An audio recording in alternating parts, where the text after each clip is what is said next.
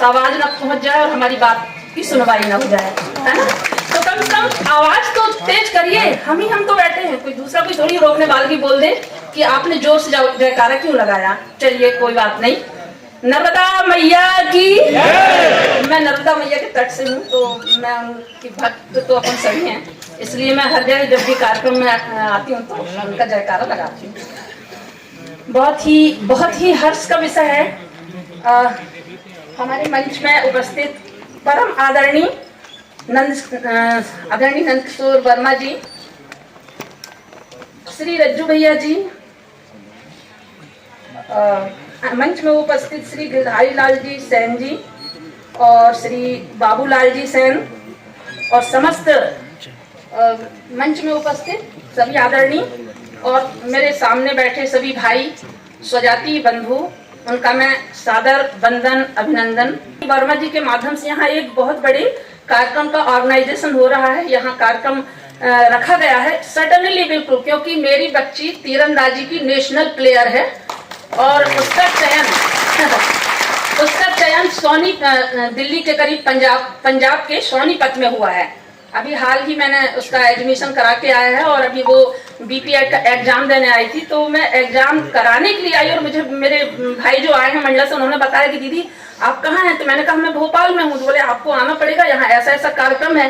तो चूंकि कल मुझे हर हाल में चले जाना था, मगर फिर मैंने कहा इससे अच्छी बात कुछ हो नहीं सकती, तो मैं सडनली आई, बिल्कुल घरेलू रूप में, मगर मुझे बहुत ही अच्छा लगा। और ये बहुत हर्ष का विषय है, बहुत गौरव का विषय है, हमारे लिए बहुत सम्मान की बात है। हमारा समाज लोगों की नजरों में, हम अपनी नजरों में नहीं, हम बना लिए हैं वो एक अलग बात है, लोगों की नजरों में बहुत पिछड़ा तबके का समाज माना जाता है। और हमारे बीच में ये जो मुखिया बैठे हैं श्रीमान वर्मा जी, इन्होंने इस समाज को आगे लाने की कमान जो संभाली है, हमारे लिए एक बहुत गौरव का विषय, क्योंकि इसके पहले हमारे समाज में ऐसा कोई व्यक्ति नहीं था जो झंडा लेके चले और उसके पीछे हम चलते, कोई था ही नहीं। आज उन्होंने इतनी हिम्मत की है, तो ये बहुत अच्छी बात है। और एक विश्वास करते हैं, उम्मीद करते हैं कि आप हमें, हमारे समाज को एक दिन एक ऊंचाई तक अवश्य पहुंचाएंगे। और एक व्यक्ति अकेला चना भाड़ नहीं फोड़ सकता। हम जब तक उनकी ताकत ना बने, वो बंदे अकेले भी कुछ नहीं कर सकते।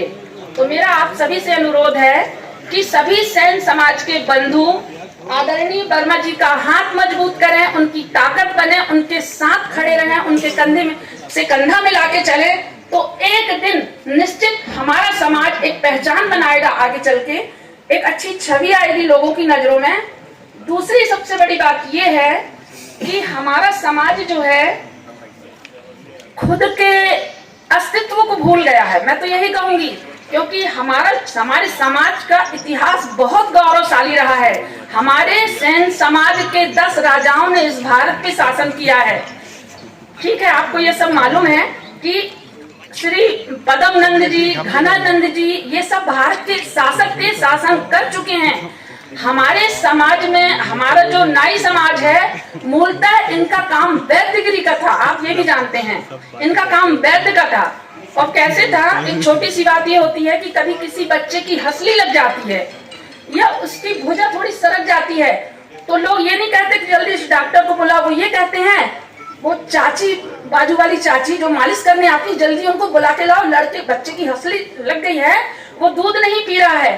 तुरंत वो आती हैं और अपने कौशल से, कला से वो उसकी हंसली ठीक कर देती हैं। तो ये क्या गिरा हुआ काम है, ये वैद्य का काम है। हमारे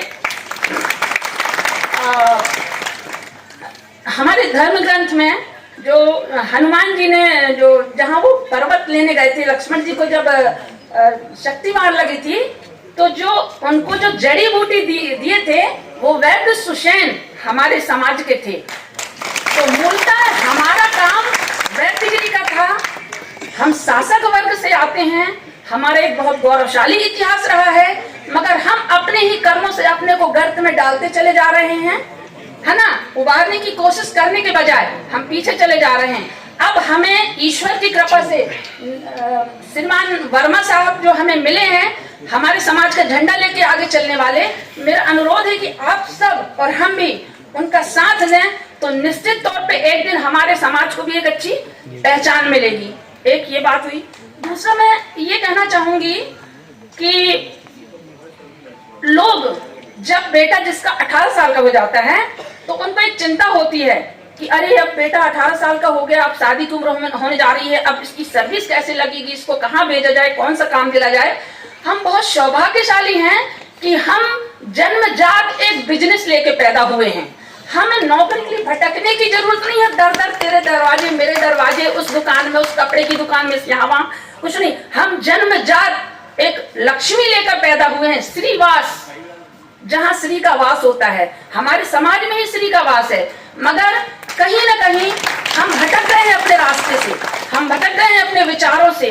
हम दूसरों की देखा देखी यहाँ वहां कर रहे हैं, हम अपना काम छोड़ के दूसरों का काम पकड़ रहे हैं, और हमारी रिक्त जगह में, जैसा कि मेरे पूर्व वक्ता ने बताया, दूसरे लोग हावी हो रहे हैं, वो अपना वर्चस्व बना रहे हैं।